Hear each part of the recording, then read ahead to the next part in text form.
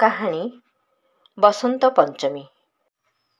ଆଜି ପବିତ୍ର ବସନ୍ତ ପଞ୍ଚମୀ, ମା ସରସ୍ୱତୀଙ୍କର ଜନ୍ମଦିନ।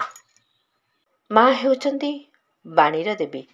ଏକଦା ବ୍ରହ୍ମା ସୃଷ୍ଟି ସର୍ଜନା କରିସାରିଲା ପରେ ତାହାକୁ ଦେଖିବା ପାଇଁ ପୃଥିବୀ ପୃଷ୍ଠକୁ ଆସିଲେ। ସେ ଦେଖିଲେ ଚାରିଆଡ଼େ ନିଶବ୍ଦ, ଶାନ୍ତ ଏବଂ କୋଳାହଳ ଶୂନ୍ୟ। ତାଙ୍କ ମନ ଦୁଃଖରେ ଭରିଗଲା। ନିଜର ସୃଷ୍ଟିର ଏପରି ଅବସ୍ଥା ଦେଖି ବ୍ରହ୍ମା କିଛି ସମୟ ଚିନ୍ତା କଲେ। ତାପରେ ନିଜ କମଣ୍ଡଳରୁ କିଛି ପାଣି ବାହାର କରି ମନ୍ତ୍ର ଉଚ୍ଚାରଣ କଲେ।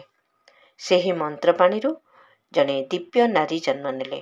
ହାତରେ ବୀଣା ଓ ପୁସ୍ତକ ଧାରଣ କରିଥିବା ଏହି ଦିବ୍ୟ ନାରୀ ଥିଲେ ମାତା ସରସ୍ୱତୀ। ମାତା ସରସ୍ୱତୀ ବ୍ରହ୍ମାଙ୍କୁ ପ୍ରଣାମ କଲେ।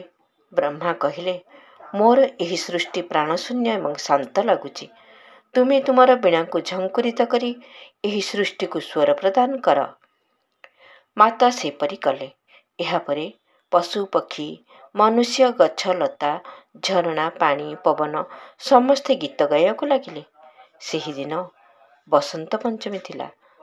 ସେଦିନଠାରୁ ବସନ୍ତ ପଞ୍ଚମୀକୁ ମାଙ୍କର ଜନ୍ମ ଦିବସ ରୂପେ ପାଳନ କରାଯାଏ। ଧନ୍ୟବାଦ। ବିଚାର କ୍ରାନ୍ତି ଦୂତ ୟୁଟ୍ୟୁବ ଓଡ଼ିଆ ଚ୍ୟାନେଲକୁ ସବସ୍କ୍ରାଇବ୍ କରିବା ସହ ପରବର୍ତ୍ତୀ ଭିଡ଼ିଓ ପ୍ରାପ୍ତ କରିବା ପାଇଁ ବେଲ୍ ଆଇକନ୍ ଦବାନ୍ତୁ ଏବଂ ବିଚାର କ୍ରାନ୍ତି ଦୂତ ଓଡ଼ିଆ ଫେସବୁକ୍ ପେଜ୍ ସହ ଯୋଡ଼ି ହୁଅନ୍ତୁ। ଧନ୍ୟବାଦ।